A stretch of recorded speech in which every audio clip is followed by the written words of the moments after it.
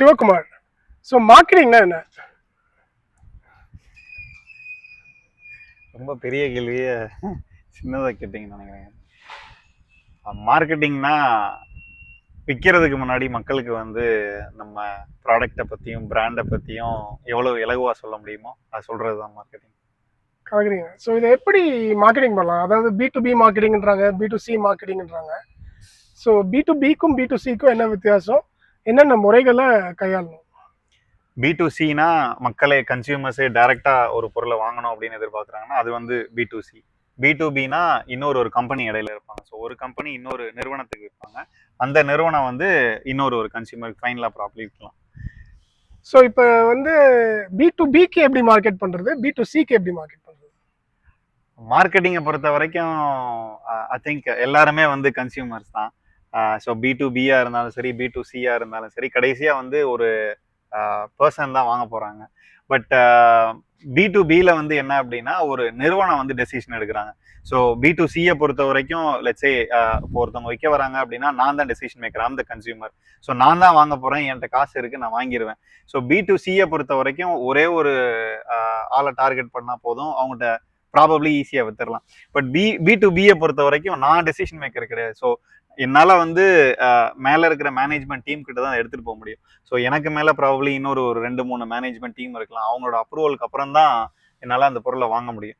So அதுதான் ஓவராலாக. So B2Bயில் அந்த decision making process, sales process கொஞ்சம் அதிகமாக இருக்கும். இப்போ நம்ம ஊரில் இருக்க வணிகர்களுக்கெல்லாம் ஜென்ரலாக வந்து பார்த்தீங்கன்னா பெரிய பிரச்சனை என்ன இருக்குன்னா டிஜிட்டல் மார்க்கெட்டிங். இது என்னமோ புதுசாக இருக்குது, நான் வந்து டிஜிட்டல் மார்க்கெட்டிங் வெப்சைட் பண்ணணும் அப்படின்லாம் சொல்கிறாங்க. அதை எப்படி ஸ்டார்ட் பண்ணுறது? இப்போ ஃபார் எக்ஸாம்பிள் டிஜிட்டல் மார்க்கெட்டிங்கே தெரியாதவங்களுக்கு எப்படி ஆரம்பிக்கிறது? திங்க் டிஜிட்டல் அப்படிங்கிறது வந்து ப்ராபப்ளி ஒரு பஸ் வேர்டாக இருக்கலாம்.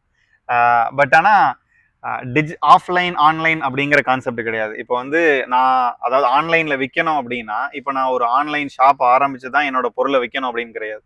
ஸோ ஒரு சின்ன எக்ஸாம்பிள் தமிழ்நாட்டில் சொல்லணும் அப்படின்னா ஒரு மெக்கானிக் ஷாப் நடத்துகிறவர், அவரால் ஆன்லைன்லாம் போக முடியாது. அவர் டிஜிட்டலாக எப்படி விற்கிறாரு அப்படின்னா அவர் யூடியூப் வீடியோ போடுறாரு, அவர் ஹீஸ் அ யூடியூபர். ஸோ ஒரு யூடியூப் வீடியோ வந்து டெய்லியோ இல்லை ப்ராப்ளி 3 வீடியோஸ் எவ்ரி வீக் போடுறாரு. அவரோட கன்சியூமருக்கு இப்போ ஃபார் எக்ஸாம்பிள் எனக்கு அந்த வண்டியை பெட்ரோல் எப்படி இது பண்ணணும், இல்லைனா ஃபார் எக்ஸாம்பிள் இன்ஜின் ஆயில் எப்படி மாற்றுறது, ஸோ சின்ன சின்ன விஷயங்கள் எனக்கு தெரியாது. மெக்கானிக் ஷாப்புக்கு போகாமலே நான் எப்படி பண்ணலாம் அப்படிங்கிறது என்னை எஜுகேட் பண்ணுறாரு அவர். ஸோ இது மூலியமா அவர் வந்து ப்ராபப்ளி ஏதாவது ஒரு பொருளை விற்கணும் அப்படின்னா அவருக்கு ஒரு ஷாப் இருக்குன்னு அவசியம் இல்லை. அவர் வந்து இதை நீங்கள் வாங்கிக்கங்க, என் கடையில் வாங்கிக்கங்க, இல்லை எனக்கு ஃபோன் பண்ணீங்கன்னா நான் உங்களுக்கு வாட்ஸ்அப் பண்ணீங்கன்னா நான் உங்களுக்கு இது பண்ணுறேன் அப்படின்னு சொன்னால் கூட அதுவும் வந்து ப்ராபப்ளி டிஜிட்டல் தான். இந்த மீடியம் தான் டிஃபர் ஆகுது. பட் அவர் வந்து எப்படி விற்கிறாரு அப்படின்னா இப்போ ஃபார் எக்ஸாம்பிள் ஃபேஸ்புக் மூலியமாகவும் அவர் டெய்லி போஸ்ட் போட்டு எஜுகேட் பண்ணலாம் கன்சியூமரை, யூடியூப் மூலியமா வீடியோ கிரியேட் பண்ணி எஜுகேட் பண்ணலாம். பட் அந்த மீடியம் வந்து அகைன் டிஜிட்டல் மீடியம் மூலியமாக தான் அவர் விற்கிறார். ஆன்லைன் ஷாப் இல்லைனா கூட this is considered to be a digital medium.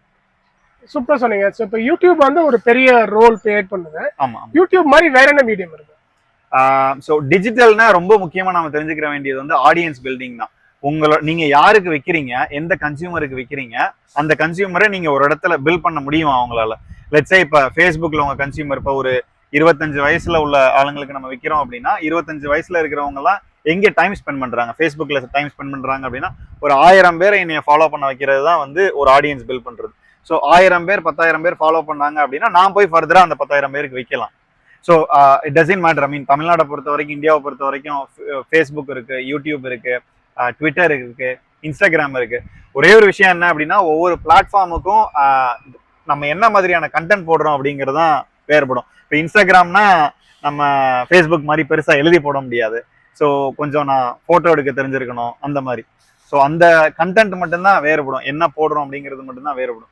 மற்றபடி எந்த பிளாட்ஃபார்ம் எந்த பிளாட்ஃபார்ம்ல உங்களால ஆடியன்ஸ் பில்ட் பண்ண முடியுமோ அந்த பிளாட்ஃபார்ம்ல ஃபோக்கஸ் பண்ணுங்கன்னு சொல்றீங்க. ஆமா. ஸோ நம்ம எந்த பிளாட்ஃபார்ம்ல கிரியேட் பண்றோம் அப்படிங்கிறது முக்கியம் இல்லை. சோஷியல் மீடியாவை பொறுத்த வரைக்கும் அந்த பிளாட்ஃபார்ம் இருக்க ஆடியன்ஸ் வந்து என்ன மாதிரியான கண்டென்ட் எதிர்பார்க்குறாங்களோ அவங்களுக்கு அதை கொடுத்து அங்கே ஒரு ஆடியன்ஸ் பேஸ் பில்ட் பண்ணாலே போதும்.